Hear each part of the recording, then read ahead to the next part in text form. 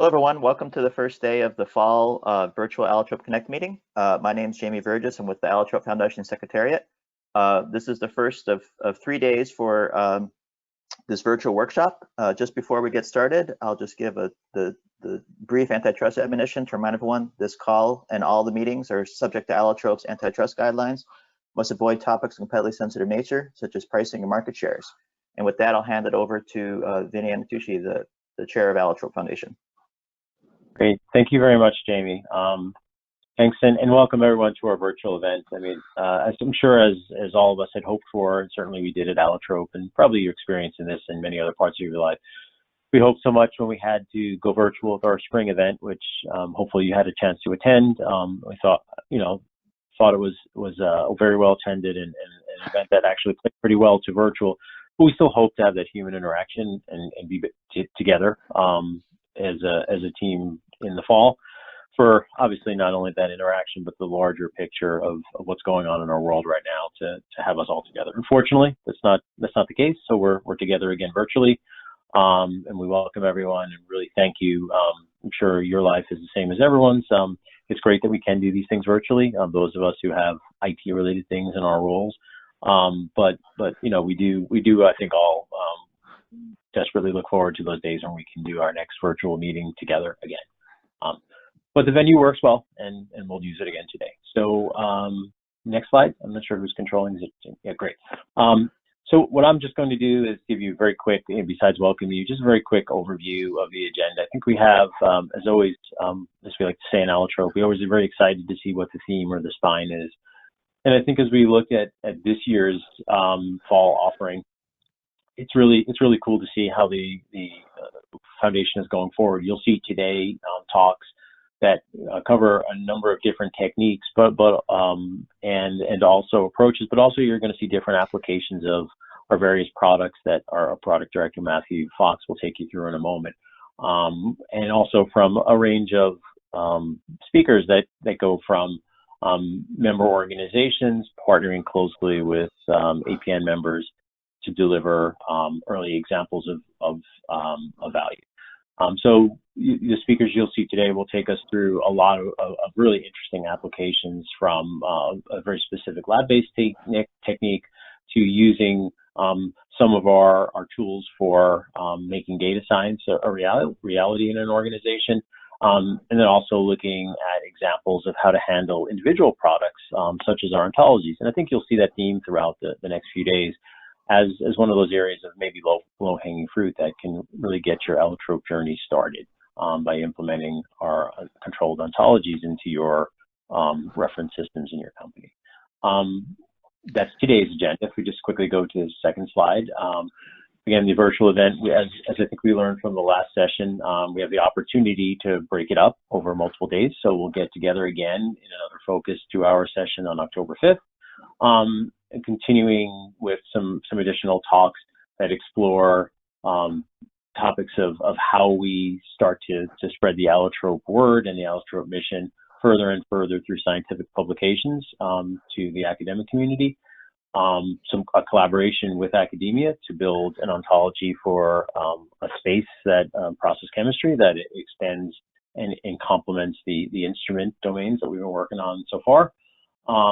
In a series of applications between member companies and active APN members to bring forward examples of integrating our LC-UV model with a method database, bringing forward mass spec models, and then a talk I'm very interested to see is maybe the next frontier once we start all generating ADF files is, well, what do we do with them? And so Zach will, from Paradigm 4, will start taking us through, well, what do you do when you have millions of ADF files and you want to do data science? How do you do that well? So again, starting to think about how we're going to consume the data.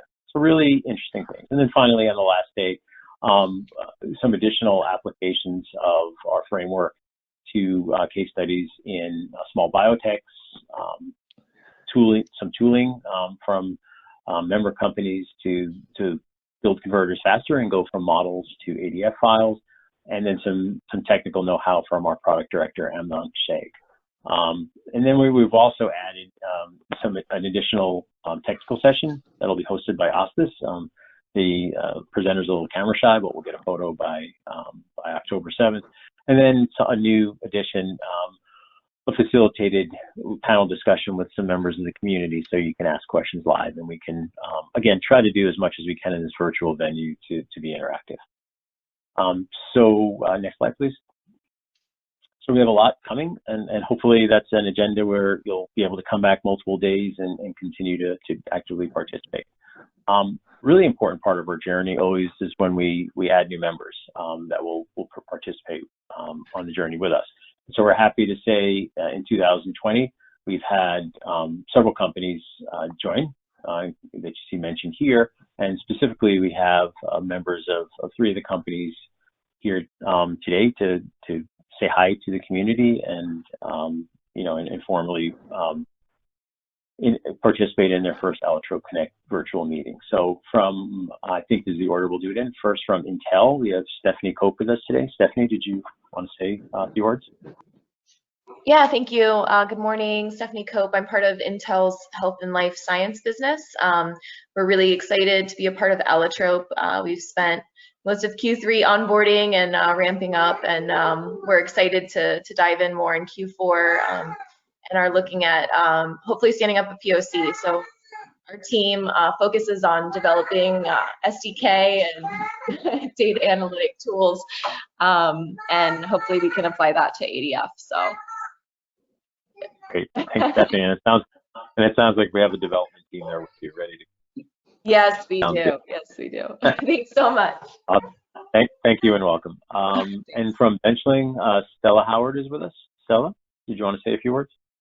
Hi, good morning. Thanks so much for having me. Yeah, my name's Stella. I'm with Benchling, and I think a lot of the team members from Benchling will be our engineers and part of our product team. I work on the commercial side of Benchling, but I'm covering for folks while they're out of town. And Benchling is an informatics platform, and our community really includes, we actually have over 230,000 scientists that work in a variety of different scientific verticals, from large pharma to research to emerging biotechs and academic labs. So we are a product that houses a lot of scientific data for many of these types of customers. And so we want to work toward making the data exchange pretty, as straightforward as possible and as simple as possible.